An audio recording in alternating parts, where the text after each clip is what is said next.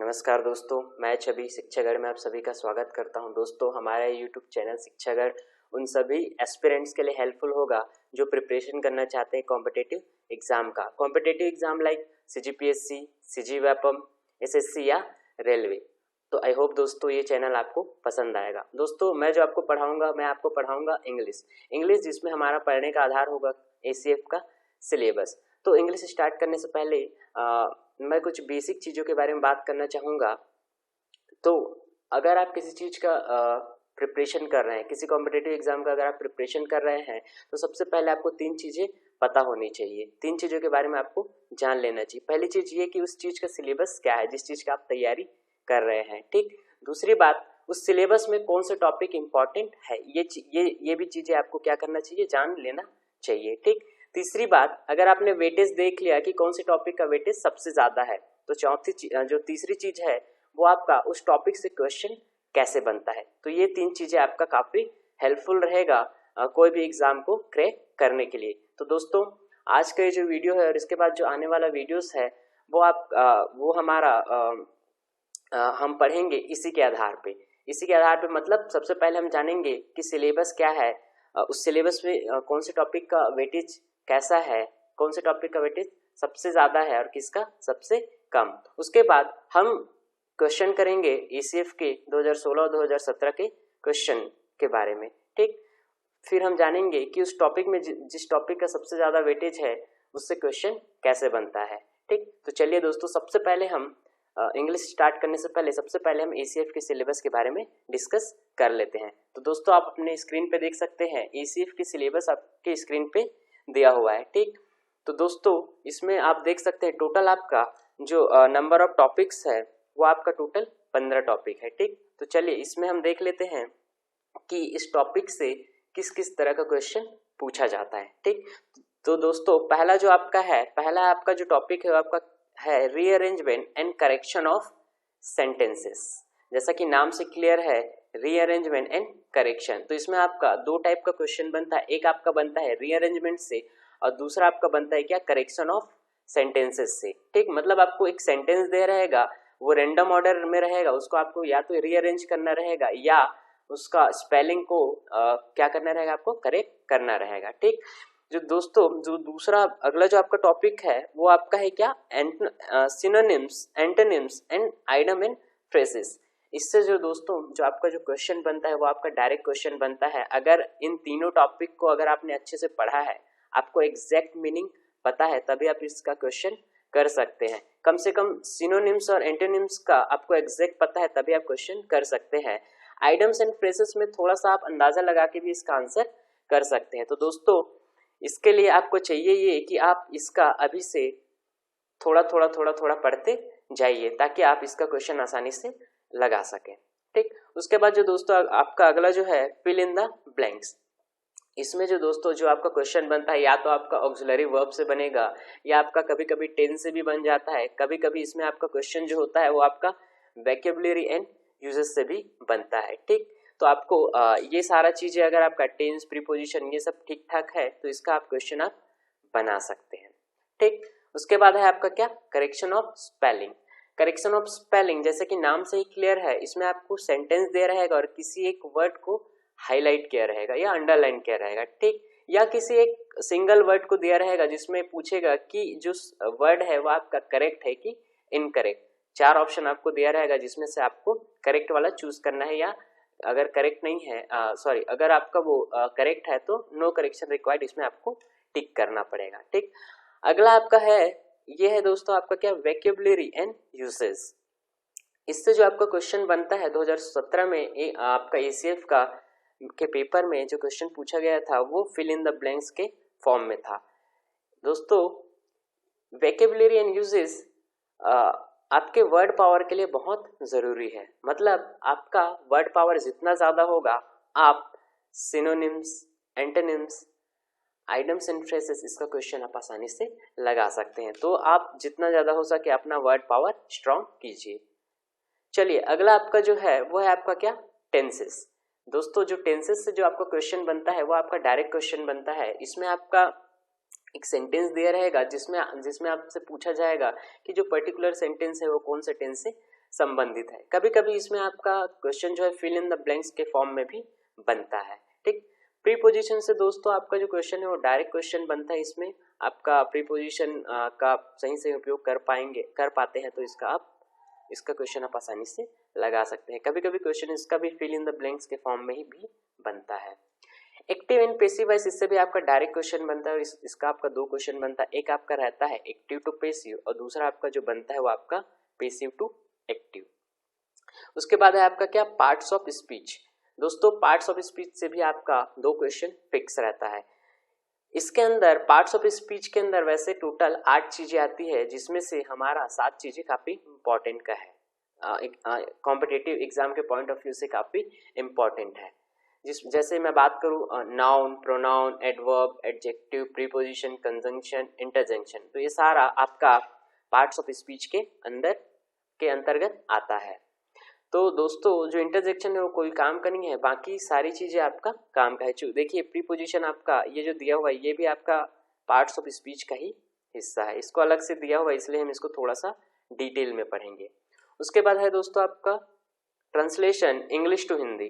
जैसा कि नाम से ही क्लियर है, आपको एक सेंटेंस दे रहेगा जिसमें आपको क्या करना रहेगा, ट्रांसलेट करना रहेगा, किससे, इंग्लिश टू हिंदी। तो दोस्तों अगर आपको टेंस आपका ठीक ठाक है, प्रीपोजिशन का प्रयोग आप ठीक ठाक कर लेते हैं, पार्ट्स ऑफ स्पीच मतलब नाउन प्रोनाउन का भी प्रयोग आपको अच्छे से आता है, तो इसका क्वेश्चन आप आसानी से लगा सकते हैं। उसके बाद आपका जो अगला टॉपिक है लास्ट का, जो मैं अगर ये 3 टॉपिक का बात करूं तो इससे क्वेश्चन नहीं के बराबर बनता है। इससे क्वेश्चन आपका नहीं के बराबर बनता है, मतलब अगर मैं 2016 और 2017 की इसे क्वेश्चन पेपर के बारे में बात करूं तो सिर्फ दोनों साल सिर्फ एक एक क्वेश्चन इन तीनों टॉपिक से मिलाकर पूछा गया है। दोस्तों एक और चीज मैं यहाँ आपको बताना चाहूंगा, तो ये जो आपका सिलेबस है, ये जो आपका टोटल जो सिलेबस है आपका, अगर मैं ये वाले टॉपिक को छोड़ दूं तो ये टोटल आपका जो सिलेबस है वो CGPSC मेंस का है। तो आपका जो क्वेश्चन जो बनता है comprehension, precis writing and later writing से, वो आपका CGPSC मेंस में बनता है। ACF के एग्जाम में आपका क्वेश्चन तो बना है पर वो इसका रेगुलर क्वेश्चन नहीं है, वो थोड़ा सा अलग टाइप का है। जब हम 2016-2017 का क्वेश्चन करेंगे तो उसको हम देखेंगे। तो दोस्तों ये तो हुआ आपका ACF के सिलेबस के बारे में। तो दोस्तों इसमें हमें करना ये है कि ये आपका synonyms, antonyms, items and phrases, इसको आपको अभी से, और वोकैबुलरी एंड यूजेस, ये सारा आपको अभी से पढ़ना है। बाकी हम चीजें जैसे आपका हो गया टेंस हो गया, preposition, parts of speech, voice हो गया, ये सारा चीज हम एक एक करके पढ़ेंगे और इन सब का लास्ट में हम क्या करेंगे, क्वेश्चन देखेंगे। पिछले साल जो मेंस में या व्यापम से जो क्वेश्चन पूछे गए हैं उसका क्वेश्चन हम इसका करेंगे। ठीक, तो आई होप ये सिलेबस आपको समझ आया होगा। अब हम इसमें देखते हैं कि इसमें आपका इन टॉपिक्स में वेटेज कौन से टॉपिक का सबसे ज्यादा है और कौन से टॉपिक का सबसे कम। तो चलिए देखते हैं। तो आप अपनी स्क्रीन पे देख सकते हैं, एक आपको चार्ट दिख रहा होगा जिसमें आपका 2016 और 2017 में जो क्वेश्चन पूछा गया था इंग्लिश में आपका ACF के एग्जाम पे, तो उसको मैंने यहाँ टेबल में मैंने यहाँ आपको अरेंज करके शो किया है। ठीक, तो टोटल आप देख सकते हैं 2016 और 2017 का बात करूं तो नंबर ऑफ क्वेश्चन का बात करूं तो आपका 2016 में 17, जबकि 2017 में 16 क्वेश्चन पूछा गया है। ठीक, तो चलिए एक एक करके देख लेते हैं कितना कितना क्वेश्चन आपका पूछा गया है। ठीक, तो पहला जैसे देखिए रीअरेंजमेंट एंड करेक्शन से, इससे आपका दोनों साल 2-2 क्वेश्चन पूछा गया है। ये 1+1, इसका तात्पर्य आपका एक क्वेश्चन आपका रीअरेंजमेंट से था जबकि दूसरा क्वेश्चन आपका करेक्शन ऑफ सेंटेंसेस से है। ठीक, 2017 में दोनों क्वेश्चन जो है आपका रीअरेंजमेंट से था। अगर मैं बात करूं synonyms, antonyms, items and phrases, तो इससे आपका आप देख सकते हैं टोटल आपका दोनों साल तीनों टॉपिक मिलाकर 4 क्वेश्चन पूछा गया है। ठीक, तो इसका आपका डायरेक्ट क्वेश्चन बनता है। आप अगर आपको ठीक ठाक आइडिया है सिनोनिम्स, एंटोनिम्स, अगर आपने अच्छे से पढ़ लिया तो इसका क्वेश्चन आप आसानी से बना सकते हैं। उसके बाद है आपका फिल इन द ब्लैंक्स। 2016 में 2 क्वेश्चन जबकि 2017 में 1 क्वेश्चन पूछा गया है। करेक्शन और स्पेलिंग का बात करूं तो यहाँ आपका 1 क्वेश्चन, यहाँ आपका 2 क्वेश्चन। वोकैबुलरी एंड यूजेस से यहाँ 1 भी क्वेश्चन नहीं जबकि यहाँ 1 क्वेश्चन पूछा गया है, पर वो आपका फिल इन द ब्लैंक्स के फॉर्म में था। जब हम 2017 का क्वेश्चन पेपर करेंगे तो इसको देखेंगे। ठीक, टेंसेस से भी आपका 1-1 क्वेश्चन बना है। प्रीपोजिशन से आपका एक क्वेश्चन बना, जबकि 2017 में एक भी क्वेश्चन नहीं बना है। ठीक, उसके बाद है आपका एक्टिव एंड पैसिव वॉइस। इसमें भी आपका दोनों साल दो क्वेश्चन पूछा गया है। एक क्वेश्चन आपका एक्टिव टू पैसिव, दूसरा आपका passive to active. Parts of speech से आपका दो क्वेश्चन बना है। ठीक, पार्ट्स ऑफ स्पीच से जो आपका जो क्वेश्चन बनता है वो या तो बनता है आपका ऑक्सिलरी वर्ब से, या आपका बनता है नाउन से, या आपका बनता है प्रीपोजिशन वगैरह से। ठीक, ट्रांसलेशन इंग्लिश टू हिंदी आपका इसमें फिक्स है, इसमें एक क्वेश्चन आपका बनता ही है। ठीक, comprehension, precis writing, letter writing, last के 3 टॉपिक का बात करूँ तो इसमें दोनों साल तीनों टॉपिक मिलाकर सिर्फ एक क्वेश्चन पूछा गया है, तो इसको हमें उतना फोकस करने का ज़रूरत नहीं है, क्योंकि आपका ये CGPSC मेंस का सिलेबस है और उसमें इसका क्वेश्चन बनता है। ठीक, तो आप दोस्तों क्लियरली आप देख सकते हैं, अगर इन तीनों टॉपिक्स को अगर मैं छोड़ दूं तो बाकी सभी टॉपिक्स का, बाकी आपका सभी टॉपिक्स का लगभग इक्वल वेटेज है। मतलब हमें करना ये है कि इन सभी टॉपिक्स को इक्वली पढ़ना है, किसी टॉपिक को ना कमजोर ना स्ट्रॉन्ग समझना है, सभी टॉपिक्स को इक्वली पढ़ना है, क्योंकि सभी टॉपिक्स से एक या दो क्वेश्चन पूछा ही गया है। ठीक, तो चलिए ये तो बात हुआ आपका वेटेज के बारे में। अब हम देख लेते हैं कि इससे क्वेश्चन कैसे पूछा जाता है, इन टॉपिक से क्वेश्चन बनता है तो कैसे बनता है। ठीक, फिर उसी के आधार पे हमारा जो आगे पढ़ने का होगा नाउन प्रोनाउन मतलब एडजेक्टिव वर्ब जो भी है वो इसी के आधार पे फिर हम पढ़ेंगे। ठीक, तो चलिए सबसे पहले हम देखते हैं क्या ACF के 2016 के क्वेश्चन पेपर के बारे में। ठीक, चलिए दोस्तों, तो आप अपना स्क्रीन पे पहला क्वेश्चन देख सकते हैं। ये आपका क्वेश्चन जो है फ्रेजल वर्ब से है। इसका पूछा गया है कि टू अबंडन का मतलब क्या होता है। ठीक, तो मैं आपको बताऊं, टू अबंडन का मतलब होता है क्या, त्यागना या परित्याग। ठीक, तो चलिए नीचे दिए गए ऑप्शन में कौन सा ऑप्शन का मतलब होता है त्यागना या परित्याग, वही हमारा क्या होगा, करेक्ट आंसर होगा। चलिए एक एक करके देख लेते हैं। गिव अवे, इसका मतलब होता है क्या, बांटना, तो ये तो हमारा आंसर नहीं हुआ। ठीक, गिव इन का मतलब होता है क्या, समर्पण या हार मान जाना। ठीक, तो ये भी हमारा आंसर नहीं होगा। गिव अप का मतलब होता है क्या, आपका त्यागना या परित्याग, तो ये हमारा क्या होगा जी, करेक्ट आंसर होगा। ठीक, गिव आउट का मतलब होता है क्या, आपका बांटना या घोषणा करना, तो ये भी हमारा आंसर नहीं होगा। ठीक, तो जो आपका पहला क्वेश्चन है फ्रेजल वर्ब जो दिया हुआ है टू अबंडन मतलब त्यागना, इसका करेक्ट जो आंसर होगा क्या हमारा होगा, ऑप्शन सी, गिव अप। ठीक, चलिए अगला जो क्वेश्चन है आपका वॉइस से है, जिसमें आपका पूछा गया है एक्टिव टू पैसिव। इसमें आपको क्या करना है जी, एक्टिव टू पैसिव जो सेंटेंस दिया है उसको क्या करना है, आपको कन्वर्ट करना है। ठीक, तो चलिए कुछ जो नियम है वो आपको ध्यान देना चाहिए, मतलब आपको ध्यान देने की जरूरत है। तो जब भी आप एक्टिव से पैसिव सेंटेंस को कन्वर्ट करेंगे तो एक जो नियम है वो आपको ध्यान देना है। ठीक, वो क्या, कि जो दिया गया जो सेंटेंस है उसको आपको पहचानना है कि जो सेंटेंस है वो कौन से टेंस से संबंधित है। ठीक, तो उसके लिए पहचानने के लिए सबसे बेस्ट तरीका है कि आप ऑक्सिलरी वर्ब पे फोकस करो।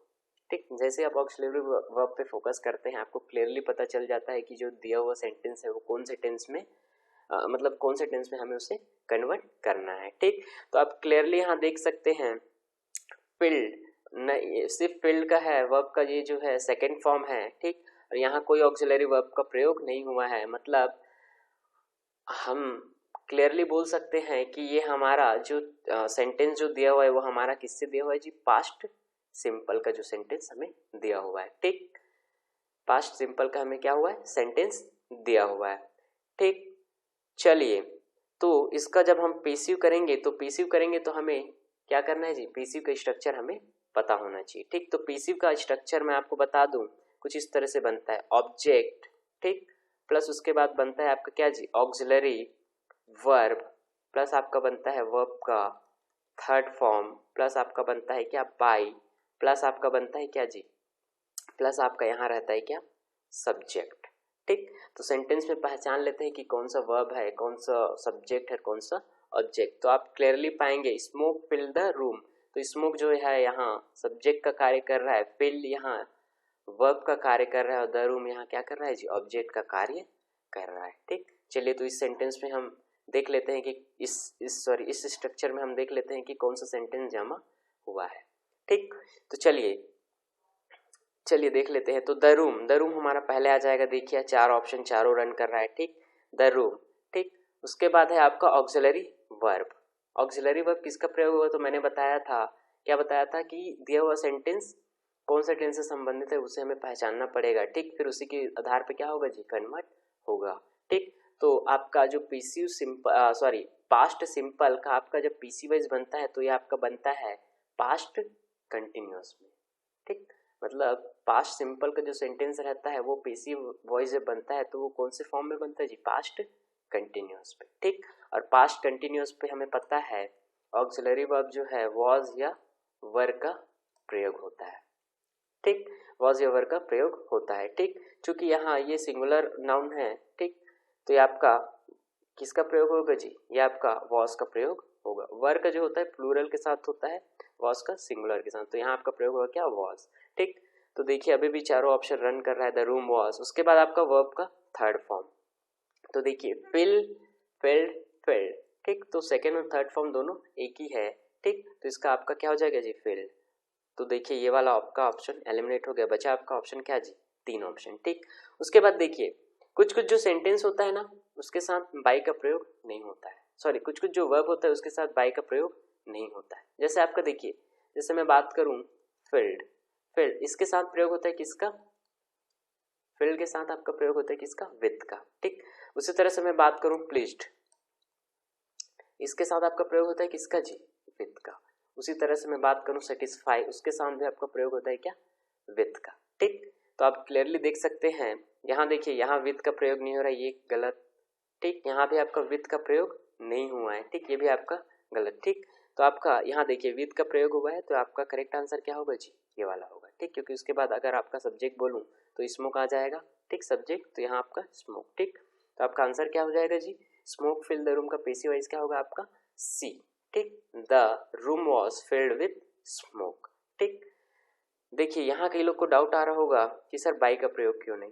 तो देखिए भाई कि कुछ कुछ जो आपका वर्ब रहता है उस हमेशा उसके साथ वर्ब बाई का प्रयोग नहीं होता है, कुछ के साथ आपका फिल्ड का प्रयोग सॉरी विथ का प्रयोग होता है। जैसे प्लीज्ड के साथ विथ, फिल्ड के साथ विथ, और आपका सेटिस्फाइड के साथ विथ। उसी तरह से और कुछ कुछ जो वर्ब होते हैं उनके साथ आपका एट का प्रयोग होता है, कुछ के साथ आपका इन का प्रयोग होता है, ठीक। तो ये है, ये चीजें है, इसको हम जब वॉइस पढ़ेंगे तो इसको हम डिटेल से देखेंगे, ठीक। आई होप ये क्वेश्चन आपको समझ आया होगा।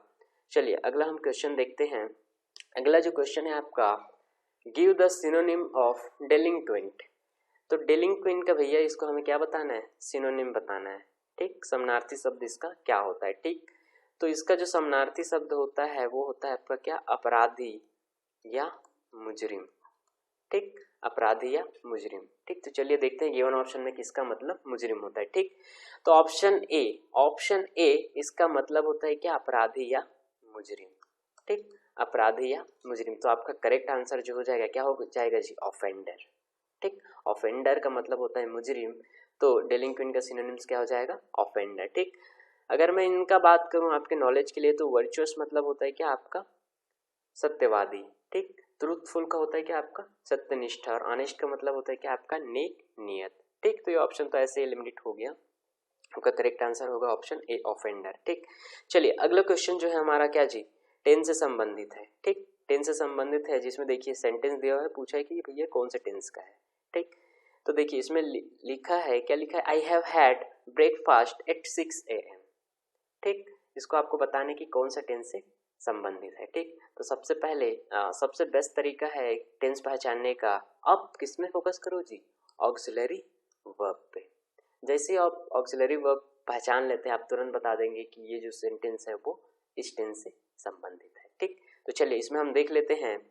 देखिए ऑक्सिलरी वर्ब का मैं बात करूं हैव का, ऑक्सिलरी वर्ब मैं बात करूं हैव, तो हैव जो है आपका एक ही जगह प्रयोग होता है, किसमें, प्रेजेंट परफेक्ट में। प्रेजेंट परफेक्ट में आपका हैव या हैज का प्रयोग होता है, ठीक। अगर मैं पास्ट परफेक्ट का बात करूं तो वहाँ आपका हैड का प्रयोग होता है। अगर मैं फ्यूचर परफेक्ट का बात करूं तो वहाँ आपका विल हैव का प्रयोग होता है, ठीक। तो ये ऑप्शन तो आपका ऐसे ही नहीं रहा, एलिमिनेट हो गया, ठीक। तो देखिए कौन सा जी हो, तो आपका डी, ठीक। I have had breakfast at 6 AM। तो आपका जो टेंस है कौन से टेंस से संबंधित है जी, जो सेंटेंस है कौन से टेंस से संबंधित है, तो आपका प्रेजेंट परफेक्ट टेंस से। ठीक, यहाँ कई लोग को डाउट होगा हैड के बारे में।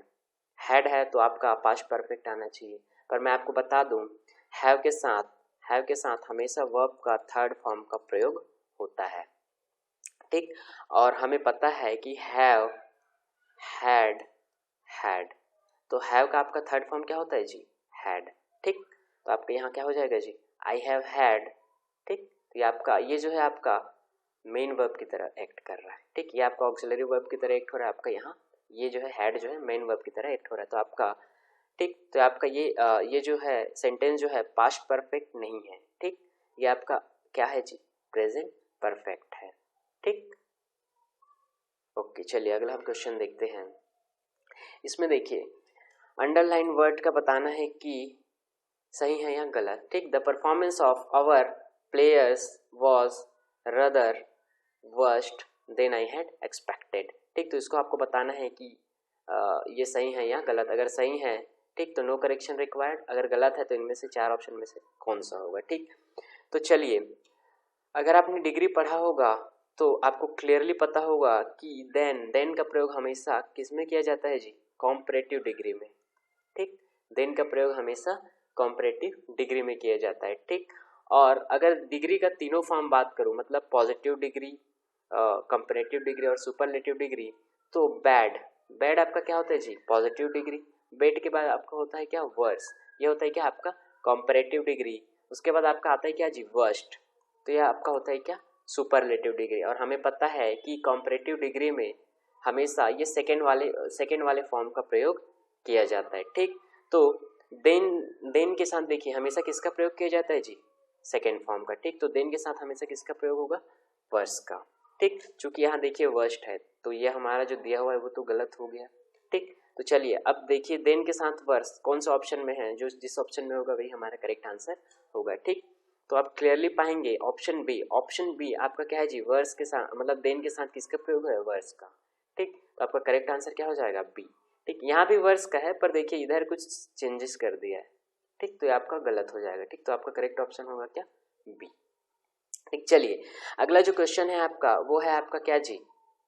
ये आपका जो क्वेश्चन है वो आपका पार्ट्स ऑफ स्पीच का है। पार्ट्स ऑफ स्पीच, जिसमें आपका जो क्वेश्चन जो बना है आपका किससे बना है जी? नाउन से बना है। ठीक, तो देखिए एक बेसिक नियम जो आपको यहाँ जानना जरूरी है वो ये कि सिंगुलर जो नाउन होता है उसके साथ सिंगुलर वर्ब का प्रयोग किया जाता है। क्या बोला मैंने? सिंगुलर नाउन के साथ सिंगुलर वर्ब का प्रयोग किया जाता है, जबकि प्लूरल नाउन के साथ प्लूरल वर्ब का प्रयोग किया जाता है। ठीक, तो नाउन देखिए, नाउन का बात करूं तो कैटल आपका क्या है जी? कलेक्टिव नाउन है। ठीक, कैटल आपका क्या है? कलेक्टिव नाउन है। और ये क्या है जी? जन्मजात क्या है आपका? प्लूरल है। मतलब कैटल एक कैसा है? प्लूरल कलेक्टिव नाउन है। ठीक, प्लूरल है, इसका मतलब जो ऑक्सिलरी वर्ब का जो प्रयोग होगा वो सिंगुलर ना होकर किसका प्रयोग होगा जी? किसका होगा? प्लूरल का। ठीक, तो देखिए कैटल के साथ ये देखिए ये जो सेंटेंस है आपका प्रेजेंट कंटिन्यूअस का है। प्रेजेंट कंटिन्यूअस में हमेशा इज एम आर का प्रयोग होता है। ठीक, अब प्लूरल के साथ हम किसका प्रयोग करते हैं? आर का प्रयोग करते हैं। ठीक, तो यहाँ आपका जो इज का प्रयोग ना होकर के किसका प्रयोग होगा जी? आर का प्रयोग होगा। तो cattle are grazing in the field. तो इस तरह से आपका करेक्ट सेंटेंस बनेगा। देखिए कौन सा ऑप्शन में दिया हुआ है वैसे, तो ये आपका डी। ठीक, cattle are grazing in the field, तो आपका करेक्ट आंसर क्या होगा? Option D. ठीक, चलिए अगला क्वेश्चन हम देखते हैं। ये देखिए ये क्वेश्चन जो दिया हुआ है ये भी आपका वॉइस से है। इसमें आपको चेंज करना है passive to active. Passive to active आपको चेंज करना है। ठीक, तो एक्टिव वॉइस का जो स्ट्रक्चर होता है वो आपका जो टेंस का जो स्ट्रक्चर होता है वही आपका एक्टिव वॉइस का स्ट्रक्चर होता है। तो टेंस का स्ट्रक्चर क्या होता है जी? सब्जेक्ट प्लस आपका होता है ऑक्सिलरी वर्ब प्लस आपका होता है क्या? वर्ब प्लस उसके बाद होता है क्या? आपका ऑब्जेक्ट। ठीक, तो चलिए इसका ये जो दिया हुआ सेंटेंस है उसका हमें क्या करना है? एक्टिव वॉइस में चेंज करना है। ठीक, तो चलिए ये जो दिया हुआ सेंटेंस है आपका पैसिव वॉइस है। ठीक, तो चलिए हम देख लेते हैं। तो ये देखिए ये आपका क्या है जी? पैसिव वॉइस का अगर मैं स्ट्रक्चर को बात करूं, अगर आपने ध्यान दिया होगा अभी जस्ट कुछ क्वेश्चन पहले हमने सॉल्व किया था, मतलब देखा था, तो ये हमारा क्या होता है जी? ऑब्जेक्ट होता है। ये हमारा क्या है? Auxiliary verb. ये हमारा क्या होता है जी? वर्ब। ठीक, वर्ब का आपका ये जो होता है थर्ड फॉर्म होता है। उसके बाद ये बाई का प्रयोग करते हैं, उसके बाद ये हमारा क्या होता है जी? सब्जेक्ट। ठीक, तो एक्टिव वॉइस में क्या होता है, सब्जेक्ट पहले आता है, मतलब ये आपका पहले आएगा। देखिए किसमें किसमें है, इसमें नहीं है, ये तो खत्म, ये भी खत्म, ठीक, ये आपका दोनों में आ रहा है, ठीक। उसके बाद ऑक्सिलरी वर्ब, ऑक्सिलरी वर्ब, ठीक। तो चलिए देखिए ऑक्सिलरी वर्ब किसका है जी, वॉज, सॉरी आपका इसमें वर्ब का थर्ड फॉर्म, ठीक। तो देखिए हाँ एक चीज़ आपको जो ध्यान देना है इसमें वो ये कि जब भी आप पेसिव टू एक्टिव जाएंगे, पेसिव टू एक्टिव जाएंगे, ठीक, तो क्या होता है जी, टेंस में परिवर्तन होता है। जैसे हमने एक्टिव से पेसिव आया तो पास्ट सिंपल से क्या बना था जी, पास्ट कंटिन्यूअस बना था, ठीक। उसी तरह से जब हम पेसिव से एक्टिव बनाएंगे तो हमारा क्या हो जाएगा जी, पास्ट कंटिन्यूअस से क्या होगा, पास्ट सिंपल बनेगा। जो हमारा सेंटेंस है पास्ट कंटिन्यूअस का है तो किसका बनेगा जी, पास्ट सिंपल का बनेगा, ठीक। तो देखिए ये जो सेंटेंस है आपका पास्ट कंटिन्यूअस है तो इसका जो एक्टिव वॉइस बनेगा वो आपका पास्ट सिंपल का बनेगा, ठीक। और पास्ट सिंपल में कोई ऑक्सिलरी वर्ब का प्रयोग नहीं किया जाता है और वर्ब के साथ हमेशा किसका प्रयोग किया जाता है जी, सेकेंड फॉर्म का प्रयोग किया जाता है, ठीक। तो चलिए ये आपका आ गया, यहाँ आपका दो ऑप्शन रन कर रहा है, सब्जेक्ट आपका ऑल हिज फ्रेंड्स, ठीक। उसके बाद ऑक्सिलरी वर्ब का प्रयोग नहीं किया जाता है, तो देखिए इसमें वर्ब का प्रयोग है, इसका मतलब ये भी ऑप्शन खत्म, ठीक। उसके बाद देखिए वर्ब का सेकेंड फॉर्म, तो लाफ्ड का अगर मैं बात करूं तो लाफ्ड, ठीक, लाफ्ड, ठीक। तो सेकेंड फॉर्म क्या होता है जी, यही होता है, सेकेंड और थर्ड फॉर्म का यही होता है, ठीक। तो आपका ये आपका लाफ्ड हो गया, ठीक। उसके बाद ये एट को एज इट इज लिख दिया है। उसके बाद देखिए ही की जगह हिम का प्रयोग, ये जो आपका सब्जेक्ट है सॉरी ऑब्जेक्ट है ये आपका यहाँ क्या हो गया जी, हिम हो गया, ठीक। तो चलिए कैसे होता है, जब भी आप वॉइस का क्वेश्चन सॉल्व करेंगे तो आपका जो प्रोनाउन होता है, ठीक, जो आपका प्रोनाउन होता है वो आपका जब ऑब्जेक्ट का कार्य करता है तो उसका रूप चेंज हो जाता है। जैसे देखिए प्रोनाउन अगर मैं बात करूं ही, अगर मैं बात करूं शी, अगर मैं बात करूं इट, अगर मैं बात करूं आई, अगर मैं बात करूं क्या जी, वी, ठीक। तो देखिए जब ये आपका सब्जेक्ट की तरह कार्य करते हैं तो उसको हम एज इट इज लिखते हैं, लेकिन जब यही प्रोनाउन आपका ऑब्जेक्ट की तरह या कर्म कारक की तरह बिहेव करता है तो इसका रूप क्या हो जाता है, चेंज हो जाता है। जैसे देखिए क्या होता है आपका, ही का हो जाता है क्या जी, हिम, ठीक। शी का हो जाता है क्या, हर, इट का हो जाता है आपका इट, आई का हो जाता है क्या, मी, वी का हो जाता है क्या, अस, ठीक। तो उसी तरह से आपका देखिए ये आपका सब्जेक्ट का कार्य कर रहा है, ठीक, तो यहाँ ही है, ठीक, लेकिन यही जब ऑब्जेक्ट का कार्य करे तो क्या हो जाएगा जी, हिम, ठीक। तो आपका हो जाएगा क्या, हिम। तो आपका करेक्ट आंसर क्या होगा, all his friends laughed at him, ठीक। तो आपका करेक्ट आंसर होगा।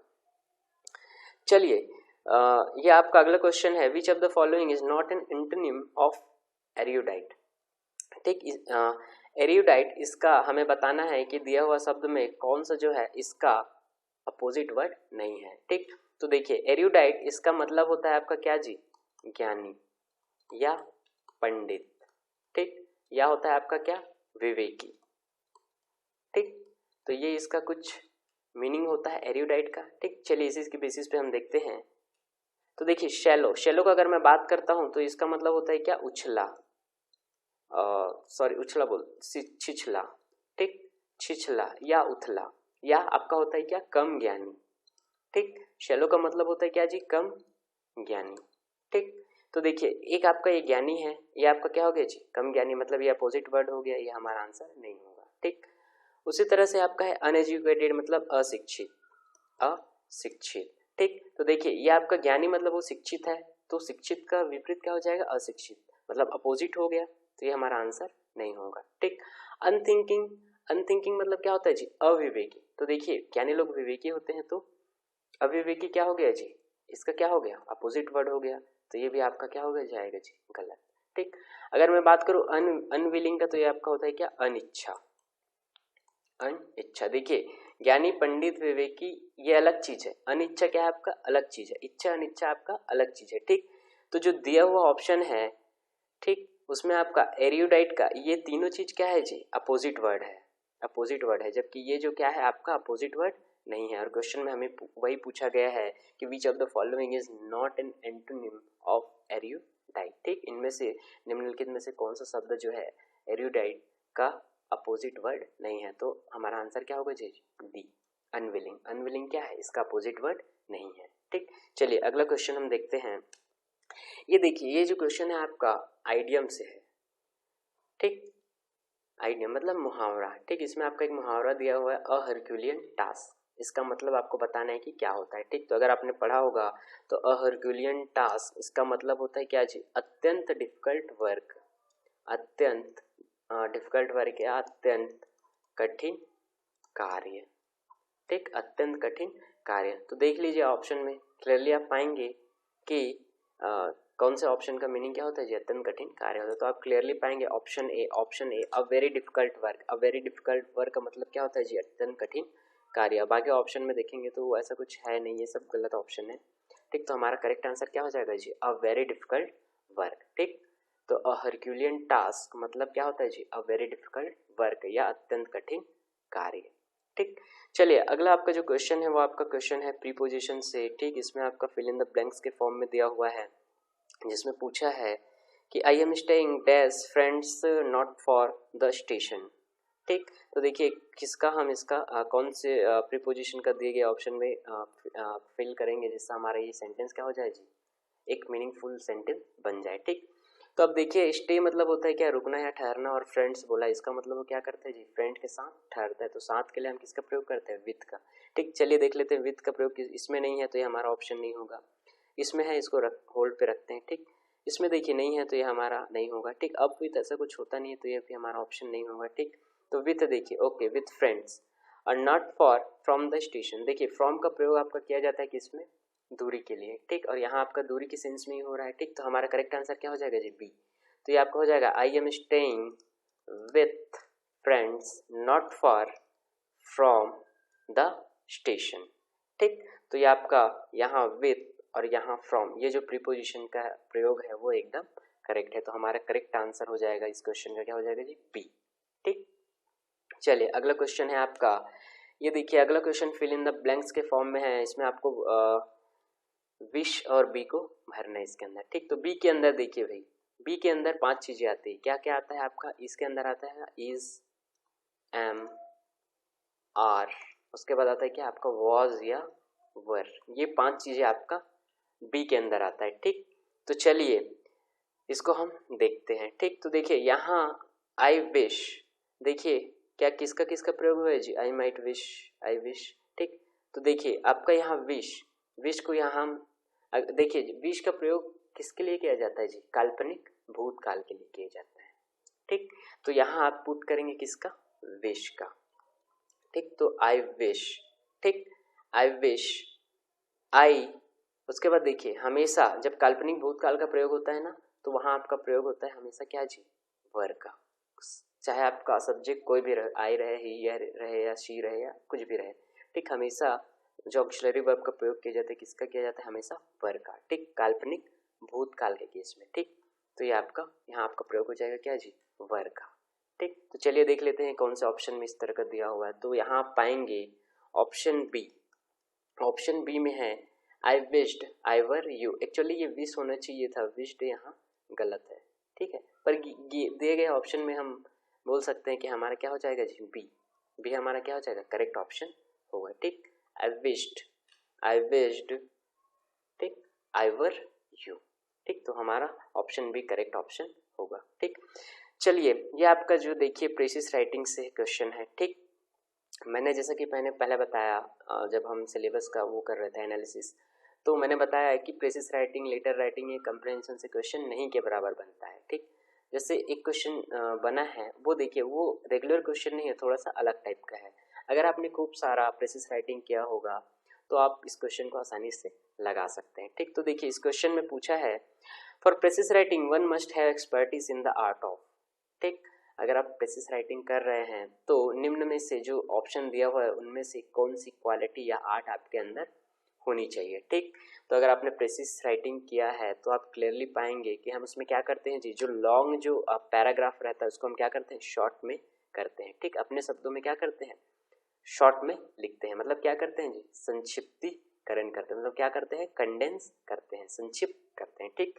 तो आप क्लियरली पाएंगे एक ही शब्द है यहाँ किसका जी, कंडेंसेशन, इसका मतलब होता है क्या आपका संक्षिप्तीकरण, ठीक, संक्षिप्तीकरण, ठीक।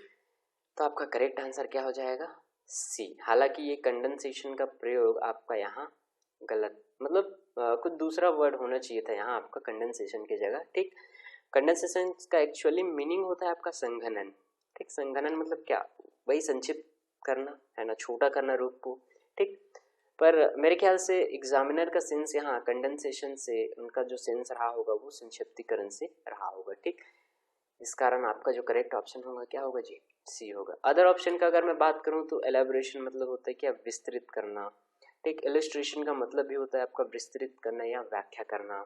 ठीक, एक्सप्लेनेशन का मतलब भी होता है क्या, विस्तृत करना या व्याख्या करना। मतलब इन सब तीनों ऑप्शन में हम क्या कर रहे हैं जी, फैला रहे हैं चीजों को और एक्सप्लेन कर रहे हैं और इलस्ट्रेट कर रहे हैं। ठीक, जबकि प्रेसिस राइटिंग में हमें ये नहीं चाहिए, हमें क्या चाहिए, चीजों को हमें शॉर्ट करना है, संक्षिप्त करना है। ठीक, तो हमारा करेक्ट ऑप्शन क्या हो जाएगा, ऑप्शन सी, कंडेंसेशन। ठीक, चलिए अगला जो क्वेश्चन है आपका रीअरेंज से है। ठीक, तो देखिए भाई, इसमें जब भी आप क्वेश्चन करेंगे तो आपको जो सेंटेंस जो एक फॉर्म चलता है वो आपको पता होना चाहिए। ठीक, तो जैसे देखिए सेंटेंस का जो फॉर्म, जो स्ट्रक्चर जो होता है सेंटेंस का, वो आपका कुछ इस तरह से होता है। सबसे पहला आता है कि आपका सब्जेक्ट, उसके बाद आपका आता है क्या जी, ऑक्सिलरी वर्ब, उसके साथ आपका आता है, उसके बाद आता है मतलब आपका वर्ब, प्लस उसके बाद आपका क्या आता है जी, अदर वर्ड। अदर वर्ड इसमें एडजेक्टिव, एडवर्ब कुछ भी हो सकता है, प्रीपोजिशन वगैरह। ठीक, उसके बाद आपका आता है क्या, ऑब्जेक्ट। ठीक, उसके बाद आपका आता है क्या, फिर से अदर वर्ड। ठीक, तो ये ऑब्जेक्ट आपका, उसके बाद अदर वर्ड, इसमें भी आपका प्रीपोजिशन या कोई अदर वर्ड हो सकता है। ठीक, तो चलिए इस सेंस में हम जब भी इस तरह का रीअरेंजमेंट का क्वेश्चन आएगा तो हम इस सेंस में जमाने की कोशिश करेंगे। ठीक, और इस सेंस में अगर जम गया तो वही हमारा आंसर होगा, वही सीक्वेंस हमारा आंसर होगा। ठीक, तो चलिए सब्जेक्ट देखिए क्लियरली यहाँ आप द सन को ही पाएंगे कि वो सब्जेक्ट की तरह एक्ट कर रहा है। ठीक, तो देखिए द सन, उसके बाद देखिए ऑक्सिलरी वर्ब देखिए आपका इज साइनिंग। ठीक, तो द सन इज साइनिंग। ठीक, क्लियरली जम रहा है।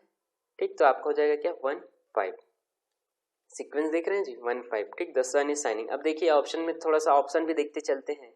ठीक, तो अब देखिए 1-5 किसी में है क्या, हाँ इसमें है क्या, इसमें नहीं, तो ये ऑप्शन नहीं होगा। ठीक, इसमें है क्या, नहीं, तो ये भी ऑप्शन नहीं होगा। इसमें है क्या, नहीं, तो ये भी ऑप्शन नहीं होगा। ठीक, अब हम क्या करते हैं, ये एक ऑप्शन हमें मिल गया।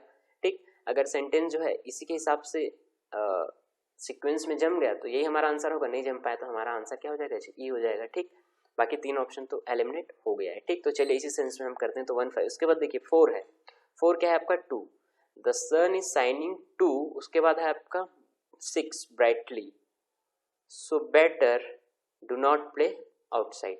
क्या आपका एक मीनिंगफुल सेंटेंस लग रहा है आपको। ठीक, the sun is shining 2 brightly, so better do not play outside. ठीक, तो आपका एक क्या है, एक मीनिंगफुल सेंटेंस बन गया है। ठीक, तो उसका जो करेक्ट सीक्वेंस होगा वो क्या होगा जी, 1-5-4-6-7-3-2, तो ये हमारा क्या हो जाएगा जी, करेक्ट आंसर हो जाएगा। ठीक, तो इस सेंस में आपको इस तरह का क्वेश्चन को आपको इस तरह का करना है। ठीक, चलिए अगला जो क्वेश्चन है आपका वो है आपका किससे है जी, स्पेल एरर से। स्पेल एरर, एक सेंटेंस दिया हुआ है, इसमें एक आपको अंडरलाइन करके एक वर्ड दिया हुआ है। ठीक, इसको आपको बताना है कि कौन सा स्पेलिंग इसमें करेक्ट है। ठीक, तो large businesses houses maintain their own code of professional etiquette. Etiquette मतलब एक तरह का वो होता है उनका प्रोफेशनल एटिक्वेट बोलते हैं उसको। ठीक, तो एटिक्वेट का जो करेक्ट जो स्पेलिंग है वो आपका होता है क्या जी, ये वाला। ठीक, ये आपका ये जो दिख रहा है ना, ये आपका एटिक्वेट का क्या है, करेक्ट स्पेलिंग है। ठीक, तो ये बाकी जो ऑप्शन आपको दिख रहा है तो ये सारा ऑप्शन आपका क्या है जी, गलत है। ठीक, तो आपका करेक्ट आंसर होगा, इसके जगह में आपका होगा क्या, बी। ठीक, तो large businesses house maintain their own code of professional etiquette, ये आपका करेक्ट सेंटेंस होगा। ठीक, तो ऑप्शन बी आपका करेक्ट होगा। अगला क्वेश्चन देखते हैं, इसमें देखिए auxiliary verb out is always followed by. ठीक, तो अगर आपने वर्ब के बारे में, उसके अंदर अगर ऑक्सिलरी वर्ब के बारे में पढ़ा होगा तो आउट के साथ हमेशा प्रयोग किया जाता है किसका, टू का। यूज्ड के साथ हमेशा प्रयोग किया जाता है किसका, टू का। ठीक, तो देखिए आउट के साथ टू का प्रयोग किया जाता है, देखिए टू कहीं है क्या, नहीं है, तो हमारा ऑप्शन क्या हो जाएगा जी, ई। ये हमारा क्या हो जाएगा, करेक्ट ऑप्शन हो जाएगा। ठीक, अब देखिए अगला जो क्वेश्चन है वो आपका पार्ट्स ऑफ स्पीच से है। इसमें देखिए एक सेंटेंस दिया हुआ है, एक अंडरलाइन वर्ड दिया हुआ है, इसको आपको बताना है कि ये आपका क्या चीज़ है, वर्ब है, एडवर्ब है, प्रीपोजिशन है, क्या है। ठीक, तो देखिए he is long way behind. तो देखिए भाई, बिहाइंड आपका नाउन की तरह भी काम करता है, एडजेक्टिव की तरह भी काम करता है और एडवर्ब की तरह भी काम करता है, ठीक। पर इस सेंटेंस में आपका देखिए जो बिहाइंड जो है वो लॉन्ग वे को क्या कर रहा है जी, सॉरी लॉन्ग वे को क्या कर रहा है, मॉडिफाई कर रहा है, ठीक, उसको चेंज कर रहा है, ठीक। तो ये आपका बिहाइंड जो है किस तरह से एक्ट हो रहा है, यहाँ एडवर्ब की तरह एक्ट हो रहा है। तो आपका करेक्ट आंसर क्या हो जाएगा जी, adverb. Is long way behind, behind जो यहाँ आपका एडवर्ब की तरह एक्ट हो रहा है, ठीक। उसके बाद आपका अगला जो क्वेश्चन है वो ट्रांसलेट वाला है इंग्लिश टू हिंदी। इसमें आपको सेंटेंस दिया हुआ है, I can not put up with him, ठीक। तो यहाँ जो पुट अप विथ है, पुट अप विथ है, इसका मतलब आपका होता है क्या, बर्दाश्त करना, बर्दाश्त करना, ठीक। पुट अप का मतलब क्या होता है, बर्दाश्त करना या सहन करना, सहन करना, ठीक। तो देखिए इसमें दिया हुआ है I can not put up with him, can not बोला है, ठीक। इसका मतलब क्या जी, हम उसे क्या बर्दाश्त नहीं कर सकते या हम उसे सहन नहीं कर सकते, ठीक। तो देखिए कौन से ऑप्शन में सहन या बर्दाश्त का दिख रहा है आपको, ठीक। तो देखिए मैं उसके साथ नहीं रख सकता, ये तो उस तरह का कुछ है नहीं, गलत है ये। मैं उससे दोस्ती, ये भी ऐसा कुछ है नहीं। मैं उसके साथ ऊपर नहीं रह सकता, ये भी है नहीं, ठीक, गलत है।